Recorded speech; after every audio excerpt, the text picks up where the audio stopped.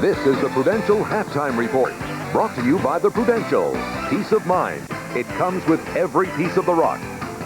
And it is halftime in Chicago with the Bulls leading 53-41 as they try to even their series at 2 apiece with the Knicks. Let's get right to the earlier games. The Houston-Phoenix series, certainly an interesting one. The home team has lost all 4 games. The Rockets won today 107-96 to even that series at 2 games apiece. Early on, Cedric Ceballos inadvertently with the forearm to the face of Hakeem Olajuwon. Olajuwon staggered off the court but missed less than 2 minutes of game time. He wound up scoring 28 and got 18 of them in the first half. The Rockets led by 6 at the break. In the fourth quarter, Kevin Johnson leads a comeback by the Suns. This caps a 13-4 run.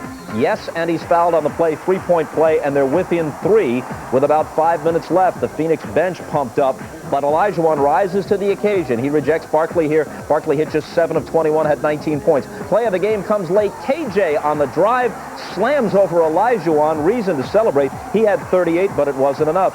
Houston wins, and afterwards, the losers react. You know, you can always come up with excuses. I don't prefer not to use them. I just played bad again. Can't explain it. No sense in trying to explain it. You just have to take the good with the bad. And now sometimes one of them bad. And Houston's playing obviously terrific. I'm not sure who has the advantage now. We're going to ride the chuck wagon as long as we can. As long as we're breathing, we're going to jump on his back. We're not worried. He doesn't play, badly in too many ball games. And there's 2 in a row. I'm sure he'd rather trade in. But going to Houston, I think you'll see a spectacular performance with Charles. I'm sure he'll lead us to victory. Now, in the early Eastern Conference game, Indiana continued its postseason roll. They're now 6-1 in the playoffs and a victory away from eliminating top seed Atlanta.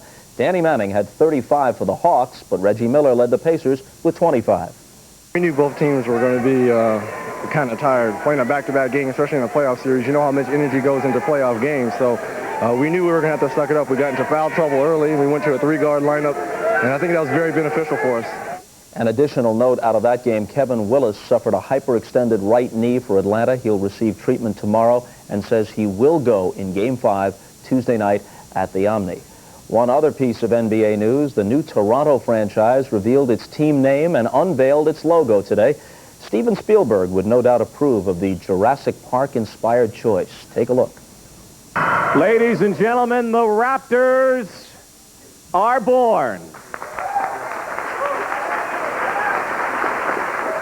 They are obviously rapturous over the Raptors in Toronto. The Toronto Sauruses begin play in the 95-96 season. The second half of the Knicks and Bulls begins almost immediately. Chicago up by 12. We'll send it back to the stadium for the second half right after these messages. This has been the Prudential Halftime Report, brought to you by the Prudential. Peace of mind. It comes with every piece of the rock. Welcome back to Chicago, and Matt, in the aftermath to one of the most extraordinary endings to a playoff game in NBA history on Friday night, the Chicago Bulls and Scottie Pippen have certainly responded well to that final second incident in game number 3. Well, I'm sure Scottie Pippen and his teammates were concerned about the kind of reception he was going to get here at Chicago Stadium, and it was a resounding welcome. Getting behind 12-0 early, Scottie Pippen got them off with a 3-point play and then started doing it at both ends of the floor, knocking balls loose, getting deflections, starting fast breaks, finishing them, and seemed to just pick up his team in this building all by himself. He's getting a lot of help from his teammates. A look at the Miller Genuine Draft halftime stats. The Knicks only 41% shooting, 15 of 37.